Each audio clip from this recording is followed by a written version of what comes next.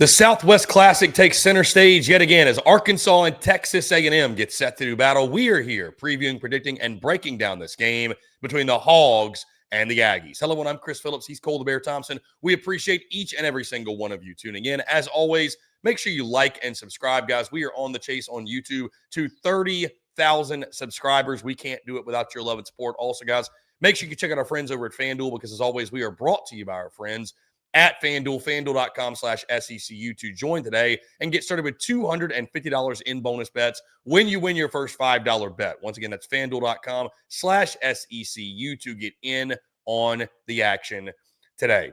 The Southwest Classic is officially back. It's Arkansas and Texas A&M, but a different spin on it this go around as finally, at long last, to the relief, I think, of both of these fan bases, this game is no longer in Jerry World. A home and home with the two officially begins, the first edition being in Fayetteville this Saturday, which excites us all. We are here previewing, predicting, and breaking down this game between the Texas A&M Aggies and the Arkansas Razorbacks. Hello, everyone. I'm Chris Phillips. Joining me, as he always does, my co-host, colleague, partner in crime, and someone who is very familiar with this rivalry, with this football game, and I know someone who's excited this game is no longer at a neutral site, that being Cole the Bear Thompson. Bear, what's going on, man? Appreciate you taking the time. Excited to talk about this showdown with you. Thank God we no longer have to worry about this game being played at AT&T Stadium. And yeah, don't get me wrong, there were always some mishaps, some miscues that led this to a four-quarter battle. But the thing that I appreciate most is that this is an old school rivalry being played in front of the hometown crowd at Fayetteville and College Station moving forward. Could go down to the wire. The thing about Texas A&M, we've seen them turn the corner. They look legit this year. They're 6-0. They've played really well at home. They've had one road test so far. It's at Notre Dame. What do they look like playing outside of Kyle Field? Because again, we're checking off all the boxes right now when it comes to the Aggies and what they look like as a legit contender this year. One other box we got to cross on off, consistent play in SEC play away from Kyle Field.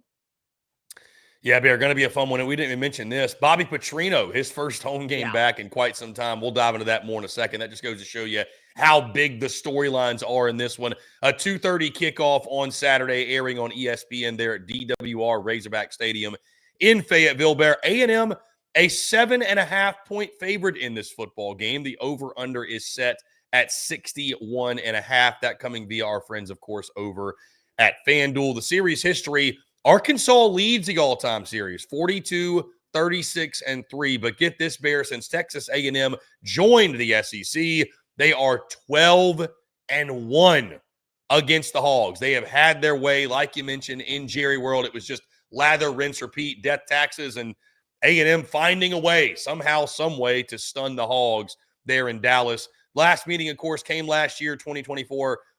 Texas A&M won that game by a final score of 21-17. Bear, as we talk about this game, we look at it again. The game finally not in Jerry World. I want you to expand, Bear. You've seen many of these matchups, many of these showdowns over the years. And while the atmosphere was good and it produced some wacky results, obviously the home atmosphere is going to play a factor in this one. Arkansas now has a new reason to be excited with Bobby Petrino at the helm and just a new era past Sam Pittman. You know, I would imagine DWR is going to be a pretty raucous atmosphere and excited to get the first game of this nature in quite some time, I'd have to think. Well, you also have to remember that this is a Bobby Petrino revenge game in certain ways, because before he took over as the offense coordinator at Arkansas, he was working underneath Jimbo Fisher at Texas A&M, and there were a lot of things that were going behind closed doors that didn't seem to really bat an eye together. And when Jimbo Fisher was fired and there was an opportunity to open on up for Bobby to go elsewhere, he took it and he ran. So to be able to say, listen, my offense could have been really potent here if you just gave me full control is important in this matchup. But again, this is a game that we remember for the last decade plus being played out in AT&T Stadium. Don't get me wrong, the Hogs traveled. They went on down to Arlington. They were excited about the matchup. Texas A&M fans traveled. They came on down. They were excited about the matchup.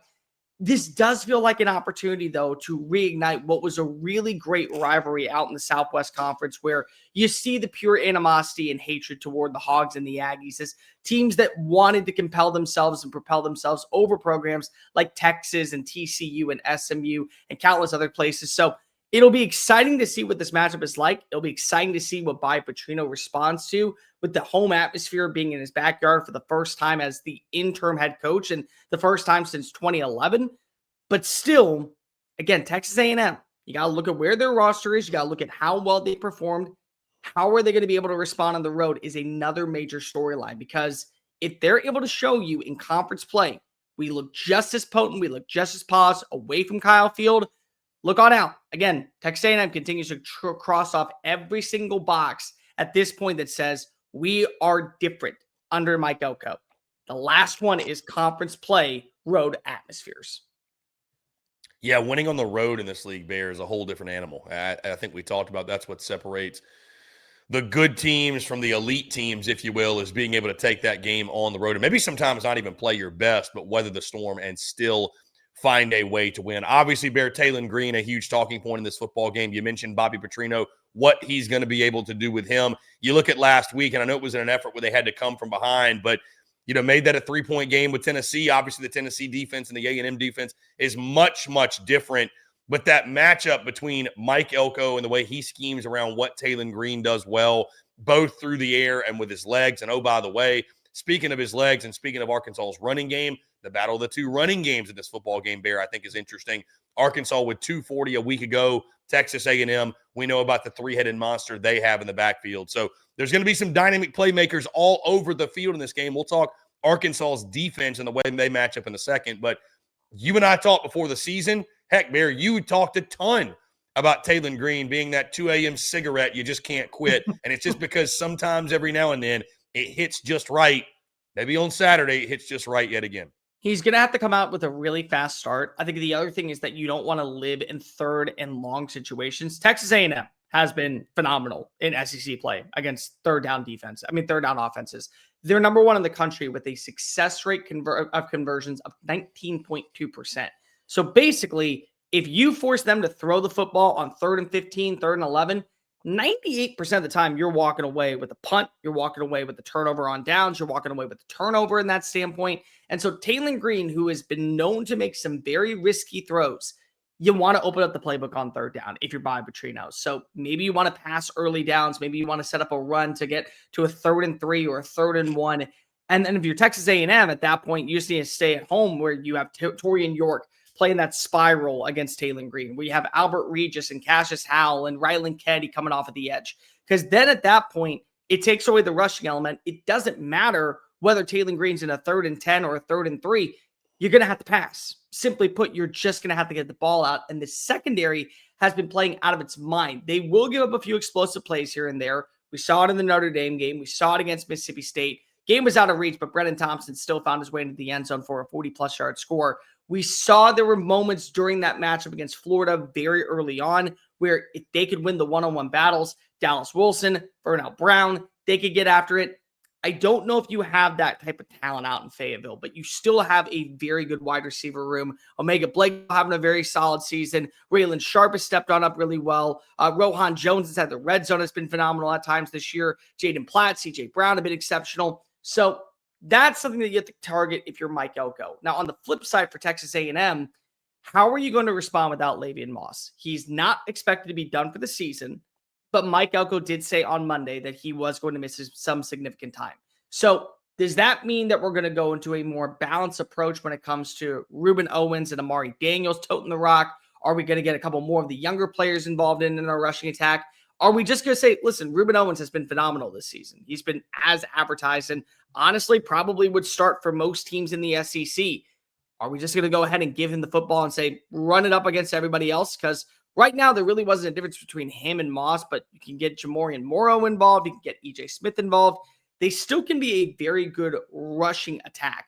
And some of the problems that we have noticed about Arkansas this year is their inability to stop the run at ill-advised times. You give away a couple of yards after contact, that leads to a first down. That ups the play action pass downfield. And then if you just get the ball into the flats, as noticed by the Memphis game, Texas A&M may be able to run away with this one pretty quickly.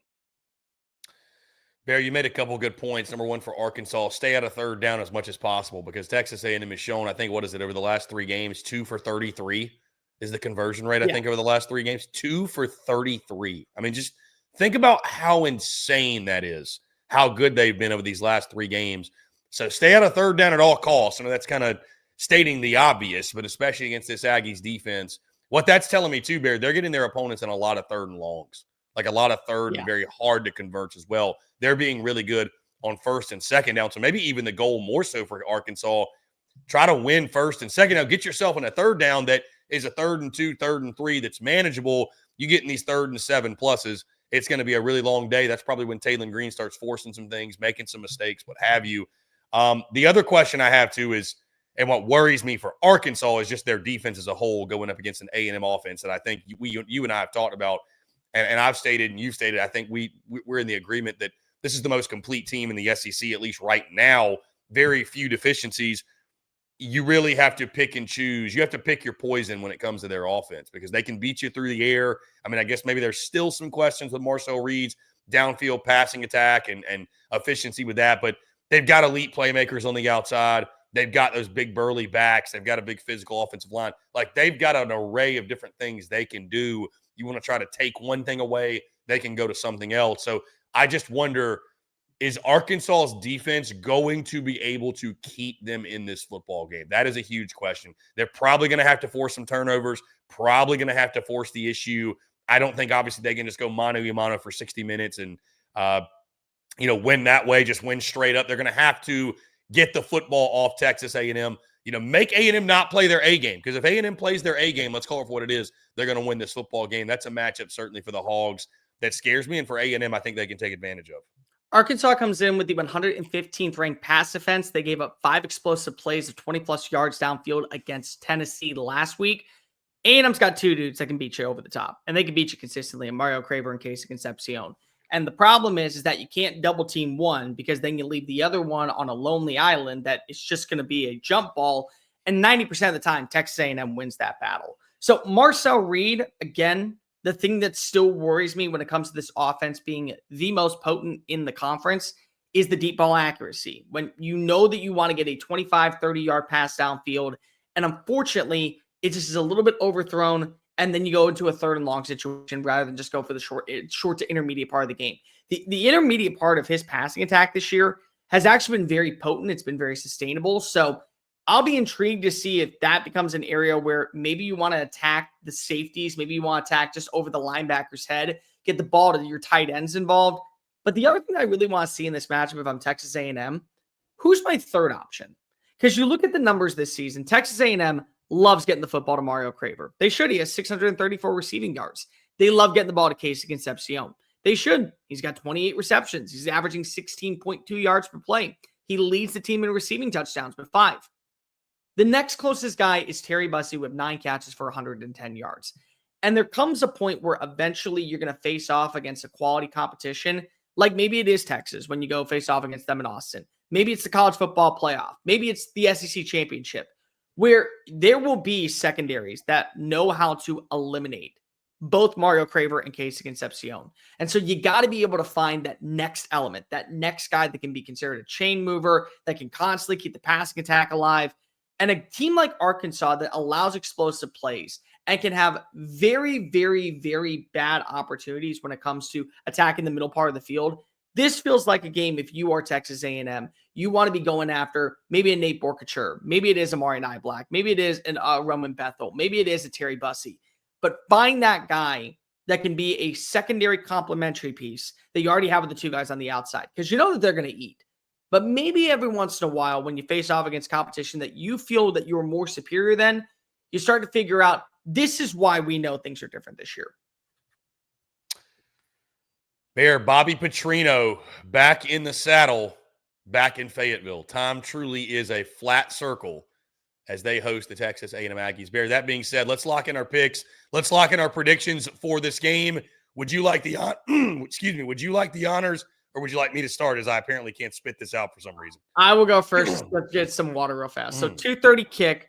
First time this game is going to be played at a home environment in over a decade. This game is weird. It always does feel weird, regardless of if Texas A&M is coming in undefeated or if Arkansas is winless. This game always feels like that there's a little bit more to it. And 1 or 2 plays very early on can lead to either the rise or the downfall of the Hogs making this thing close. Now, they have pulled off a few upsets in the last few years, but mostly this has been Texas A&M kind of allowing a team to hang around a little bit too close for comfort. That happened last season, happened a few years ago. There's been a couple of times this game has gone to overtime out in Arlington.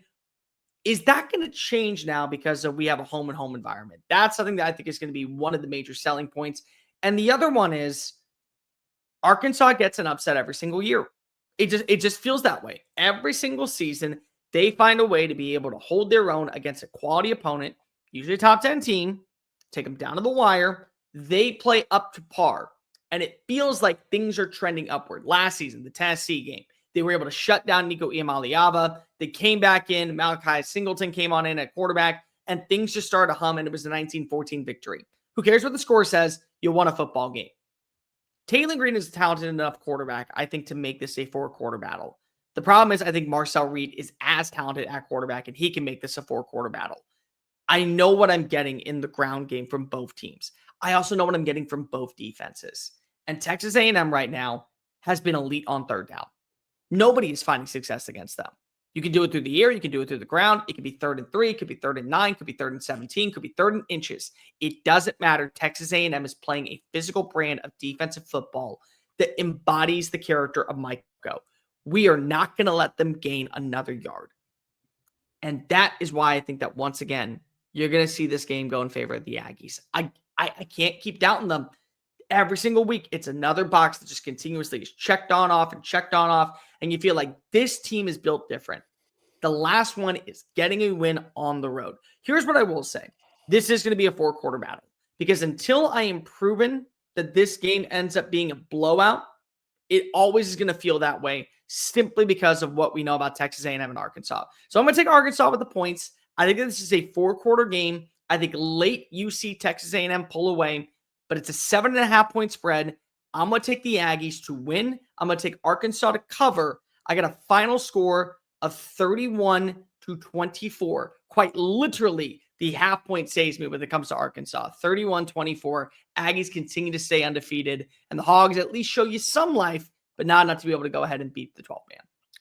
Yeah, Bear, if we've learned anything from Vegas, number one, they have been on point this college football season. Our friends are at FanDuel. They've done a great job of setting those lines on us. The 7 and the hook. Watch out for the hook. It very well could come into play. I do agree with you. I think it could come into play. I'm not going to lie to you, Bear. This is a pick I've wrestled with. I've wrestled with this one back and forth. I really have. And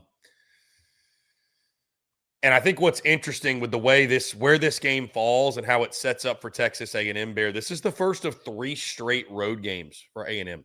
They're at Arkansas, at LSU, at Missouri. You can afford to go 2-1. It's hard to win on the road in this league, right? I don't know that one can be Arkansas, right? Like, if you lose this one, do you go 2-0 against LSU and Missouri? I'm not saying you can't. I'm just saying it's going to be really, really tough sledding, and you're going to be setting a really, really bad tone going into this 3-game stretch. So, that being said, I do think there's a Bobby Petrino factor here. You know, him being in the saddle in Fayetteville once again, all the emotions of that. And we saw last week, this Arkansas team looked different. This Arkansas team, you know, I just thought the way they played, the vibe felt different to me. You know that Bobby Petrino is going to be deep in his bag of tricks. And offensively, they're going to do some really fun things and make life difficult for Mike Elko and this Texas A&M defense. I mean, there's going to be things that they do, I think, that are going to be exotic, that are going to be things we haven't necessarily seen on film from them. I'm excited to watch it. Taylor Green's an absolutely dynamic playmaker that, you know, can flip a game on its head in an instant. And Bear, I'm going to tell you straight up, and for the audience listening, coming into this preview, I had the score written down and the upset picked Arkansas 34, Texas A&M 31. But the more that I think about it, like I said, I've gone back and forth. I just can't do it. I can't fully commit to that.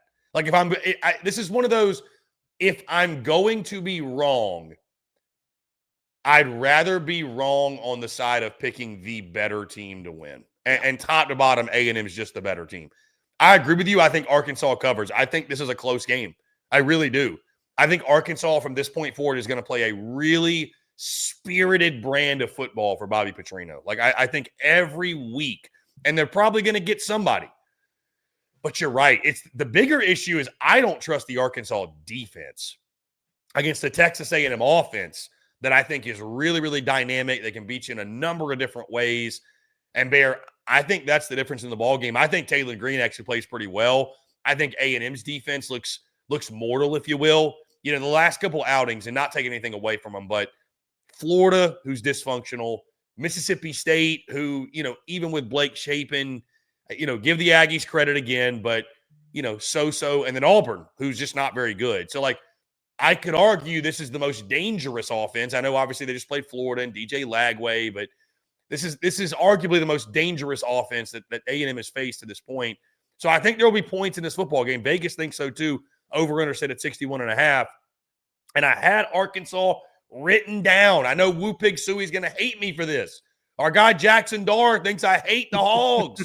I don't hate the Hogs.